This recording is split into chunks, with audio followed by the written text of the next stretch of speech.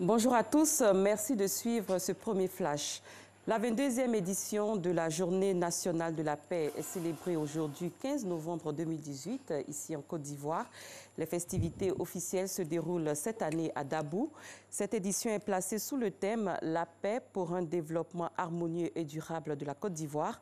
L'objectif général visé à travers cette célébration est de renforcer la cohésion sociale et d'œuvrer à la consolidation de la paix par la contribution de tous les citoyens en vue d'un développement durable. Autre chose à présent, le président de la République, Alassane Ouattara, a pris part à la cérémonie officielle de commémoration des 45 ans d'existence de la Banque ouest-africaine de développement, la BOAD. Commémoration placée sous le thème « L'énergie solaire dans l'économie des pays de l'UEMOA, état des lieux, enjeux et politiques ». Créée le 14 novembre 1973, la BOAD a pour mission de promouvoir le développement équilibré des 8 États membres de l'UEMOA et de contribuer à la réalisation de l'intégration économique de l'Afrique de l'Ouest. On en sait plus avec Adama Koni.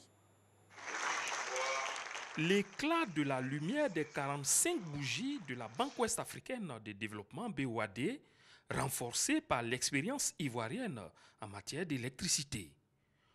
Ouvrant les travaux marquant les 45 ans de la BOAD à Lomé, le chef de l'État, Alassane Ouattara, fortement ovationné lorsqu'il fait la lumière sur la politique ivoirienne de l'énergie. Au niveau de l'accessibilité, ceci est essentiel pour la population. Nous avons mis en place un programme qui s'appelle le programme Électricité pour tous, PEPT, dont l'objectif est de permettre aux populations à faible revenu d'avoir de l'électricité à domicile. Parce que, voyez-vous, le problème est le branchement, qui coûte en général 150 000 francs, en tout cas en Côte d'Ivoire. Et nous avons mis en place un système qui permet, avec un apport initial de 1 000 francs CFA, les bénéficiaires de ce programme peuvent disposer d'un branchement et d'un abonnement au réseau électrique. Et ceci est payé sur une période de 10 ans, c'est-à-dire à raison de 1 000 francs par mois, 12 000 dans l'année sur 10 ans, et il y a un fonds pour faire cela. À ce jour, ce programme compte 400 000 bénéficiaires et l'objectif est d'atteindre plus d'1 million de bénéficiaires sur les 3 prochaines années. Et j'ajoute que nous avons également pris l'engagement que d'ici fin 2019, tous les villages de plus de 500 habitants en Côte d'Ivoire seront électrifiés.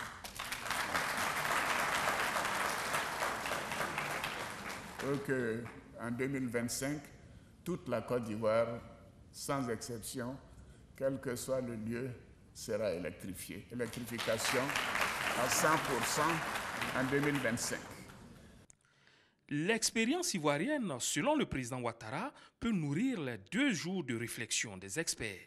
De fait, le forum associé aux festivités des 45 ans est baptisé « Énergie solaire dans l'économie des pays de l'UEMOA, état des lieux, enjeux et politiques ». Un sujet qui synthétise bien des défis. La conférence des chefs d'État et de gouvernement de l'Union a adopté en 2009 l'initiative régionale pour l'énergie durable, l'IRED. À travers ces orientations, l'instance communautaire exhortait en effet à faire passer le taux d'électrification de 30% en 2008 à 80% en 2020, puis à 100% en 2030, à réduire sensiblement le prix moyen de l'électricité dans l'espace communautaire, à faire passer dans le parc de production la part des énergies renouvelables et durables, dont le solaire, de 36% en 2008 à 82% en 2030. Aujourd'hui, moins de la moitié de nos compatriotes ont accès à l'électricité. Et je trouve que cela est une honte. Et beaucoup n'y ont qu'un accès limité. En outre, voyez-vous, les 48 pays d'Afrique subsaharienne, avec une population combinée d'environ 800 millions d'habitants, génèrent à peu près la même quantité d'électricité que l'Espagne, qui a une population de 45 millions d'habitants. Pourtant, le gisement solaire ouest-africain est important, plus de 3000 heures d'ensoleillement annuel, soit 5 à 10 heures de soleil par jour en moyenne. Un potentiel à capitaliser. Les pays de l'UEMOA doivent investir massivement dans le secteur de l'énergie. Cela est une priorité. En effet, la diversification et l'industrialisation de nos économies, à travers notamment la transformation de nos matières premières, passe impérativement par l'accroissement de nos capacités de production électrique. Cependant, cela devra se faire en prenant en compte deux principaux facteurs, notamment les engagements que nous avons pris librement lors de la conférence de la COP 21 sur le climat et deuxièmement, le coût, bien sûr, de production de l'électricité. Le forum s'achève ce jeudi. Pour sa part, le gouverneur de la Banque centrale des États de l'Afrique de l'Ouest, BCAO, Tiemoko Meiliet Kone, a salué les résultats obtenus par la BOAD. Plus de 5 200 milliards de francs CFA engloutis dans 1107 projets en 45 ans. Aujourd'hui, il est demandé à la BOAD de mobiliser plus de ressources à faible coût pour accompagner le développement des 8 pays membres.